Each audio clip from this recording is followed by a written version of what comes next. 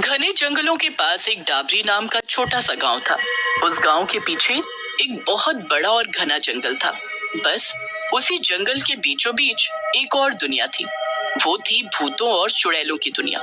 गांव के सभी लोग उन भूतों और चुड़ैलों से बहुत परेशान थे, क्योंकि उन भूतों और चुड़ैलों की टोली कभी भी गांव में घुस आती और एक इंसान को अपने साथ उठाकर ले जाते।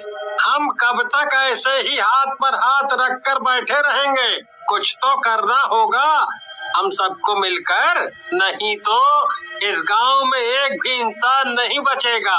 वो भूत किसी को नहीं छोड़ेंगे।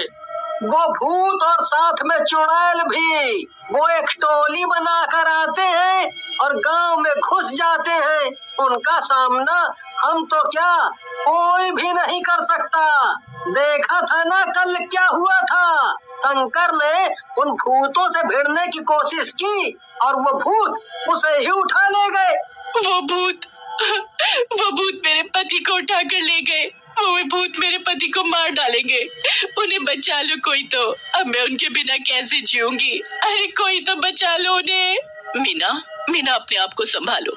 तुम्हें तो पता ही है कि उन भूतों से हम सभी बहुत परेशान हैं। वो भूत कभी भी गांव में घुस आते हैं और एक इंसान को उठाकर अपने साथ ले जाते हैं। उनके साथ वो क्या करते हैं किसी को कुछ नहीं पता।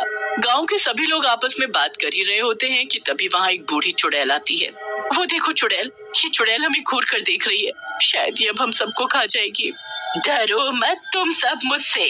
मैं उन चुड़ैलों की तरह बिल्कुल भी नहीं हूँ जो गांव के इंसानों को उठा कर ले जाती है। चुड़ैल तो चुड़ैल होती है और वो इंसानों को पहले बातों में इसी तरह बहकाती है और फिर उन्हें अपना शिकार बनाती है। तुम भी बिल्कुल उन्हीं की तरह हो।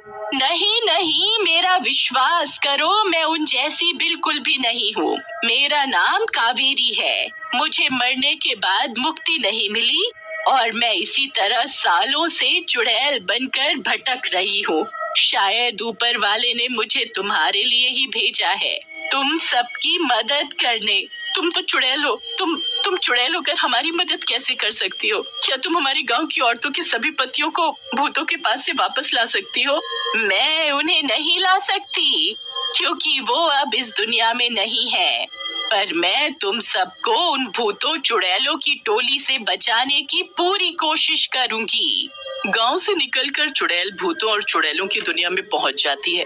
उनमें घुल मिल जाती है। कावेरी चुड़ैल एक पेड़ के नीचे बैठकर कुछ सोच रही होती है कि तभी वीना नाम की चुड़ैल उसके पास आती है। तुम यहाँ अकेले क्यों बैठी हो? आओ हमारे साथ और मजे करो। देखो उधर, आज हमारी टोली का नंदू भूत खेल में जीता है, इसलिए इंसान को खाने का पहला हक उसका है। उसके बाद हम सब खाते हैं बचा खुचा। बस हम उसकी जीत की खुशी मना रहे थे। अब जल्दी चलो। नहीं, मेरा मन नहीं है। तुम सब खुशी मनाओ जाकर। और वैसे भी मैं इंसानों का मांस नहीं खाती। है? इंसानी मांस नहीं खाती? अगर कल तुम जीती तो तुम्हें इंसानी मांस खाना ही पड़ेगा, क्योंकि ये रूल हमारे सरदार का बनाया हुआ है। उनकी कोई भी बात हम नहीं टालते। उनके कहने पर तुम्हें इंसानी मांस खाना ही पड़ेगा। नहीं खाया तो सजा मिलेगी। सभी चुड़ैलें कावेरी को इतना बोलकर चली जाती हैं। फिर चुड़ैल गांव में जाती है और एक जगह जाकर बैठ जाती है। क्या हुआ? कहीं इस सोच में तो नहीं हो कि हमसे किया वादा अब कैसे निभाओगी? तुमने खुद ही देख लिया ना कि वो भूत कितने ताकतवर हैं। इसका मतलब वो भूतों की टोली फिर से आएगी हमारे गांव में और हम सब तमाशा देखने के अलावा कुछ नहीं कर सकते, क्योंकि वो ताकतवर है।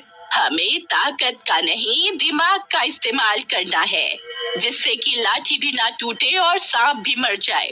हम सब ने चुड़ैल पर यानी कि तुम पर भरोसा किया है, इसलिए तुम्हें कुछ करना होगा। गांव के लोग बहुत भोले हैं।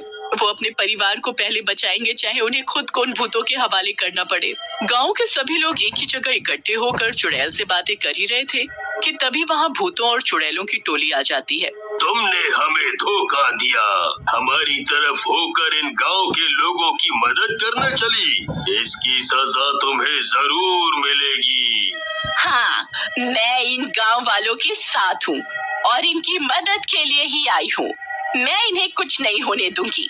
आज के बाद तुम इन्हें हाथ भी नहीं लगा सकते। ये गांव हमारा है, इसलिए इस गांव के लोगों पर भी हमारा ही हक है। हम इनका चाहे कुछ भी करें। फिर चुड़ैल और भूतों की टोली के सभी भूतों में बहस छिड़ जाती है। तभी कावेरी चुड़ैल को एक उपाय सूझता है। हम सब बहस बंद करते हैं और एक कंपटीशन रखते हैं। 15 अगस्त आने वाला है। उस दिन सभी पतंग उड़ाते हैं, इसलिए हम भी पतंग उड़ाएंगे। यहाँ मैं अकेली और वहाँ तुम सब, 2 टीम रहेगी। अगर पतंगबाजी में तुम सब जीते तो ये पूरा गांव तुम्हारा। उसमें रहने वाले हर प्राणी पर तुम्हारा हक होगा। और अगर मैं जीती तो तुम सबको ये गांव तो क्या, जंगल भी छोड़कर जाना होगा। ये तुम क्या बोले जा रही हो? हमने तुम पर विश्वास किया, इसका मतलब ये नहीं कि तुम हम सबकी जानें इन भूतों के हवाले कर दोगी। तुम बस देखते जाओ। इन सबको लालच देना जरूरी था, तभी तुम्हें भूतों से छुटकारा मिलेगा। हमें मंजूर है। अब हम सब 15 अगस्त के दिन ही आएंगे। उसके बाद हम सब मिलकर दावत उड़ाएंगे। सरदार, ये तो बहुत ही आसान है। जब मैं बहुत छोटा था तब खूब पतंग उड़ाया करता था। मुझे अच्छे से आती है पतंग उड़ानी। इस चुड़ैल को तो मैं यूं हरा दूंगा। सरदार के साथ उसकी टोली भी हंसते हुए वहाँ से चली जाती है। ये तुमने क्या कर दिया? अब हम सब मरेंगे। वो भूत हमें कच्चा खा जाएंगे। ऐसा बिल्कुल भी नहीं होगा। शारदा, तुम्हारा बेटा बहुत अच्छी पतंग उड़ाता है। क्या वो मुझे पतंग उड़ाना सिखाएगा? हाँ, क्यों नहीं। और तुम्हारे साथ हम सब भी पतंग उड़ाना सीखेंगे। मैं तुम्हारे साथ हूँ। हाथ पर हाथ रखने से अच्छा है कि कुछ तो करो। क्या पता हमारी जीत रंग ले आए और हमें इन सब भूतों से मुक्ति मिल जाए। शारदा का बेटा मिंकू चुड़ैल को पतंग उड़ाना सिखाता है। वहाँ जंगल में भूत और चुड़ैल मिलकर पतंग उड़ाने की कोशिश करते हैं। कभी वो फट जाती तो कभी पेड़ में अटक जाती। वहाँ गांव में मिंकू चुड़ैल को पतंग उड़ाना सिखा चुका था। चुड़ैल बहुत ही अच्छे से पतंग उड़ा रही थी। गांव के सभी लोग भी अपनी अपनी कोशिश में लगे हुए थे। कुछ दिन बीतते ही आखिर वो दिन आ ही गया। 15 अगस्त। सरदार अपनी टोली के साथ गांव में पहुंच चुका था। इनके हाथों में जो पतंगे हैं वो हमारी पतंगों से काफी अच्छी और मजबूत दिखती हैं। मुझे तो बहुत डर लग रहा है क्योंकि ये सब पूरी तैयारी के साथ आए हैं। थोड़ा सब्र करो, चुड़ैल हमारे साथ है। उसने हम सबसे वादा किया है हमें बचाने का, वो जरूर बचाएगी हमें। तो फिर शुरू किया जाए कंपटीशन।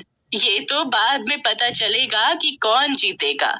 अपने वादे पर डटे रहना तुम। सभी भूत और चुड़ैल अपनी अपनी पतंगों को आसमान में उड़ाने लगते हैं। आसमान पतंगों से भर गया था। चुड़ैल एक के बाद एक पतंगे काटी जा रही थी। ये सब देखकर सरदार को बहुत गुस्सा आ रहा था। मूर्खों, जरा ढंग से उड़ाओ अपनी पतंगे। वो चुड़ैल हमारी पतंगे काटे जा रही हैं। ऐसे तो हम हार जाएंगे और वो जीत जाएंगी। सरदार अपने मुंह से बहुत तेज हवा फूंकता है।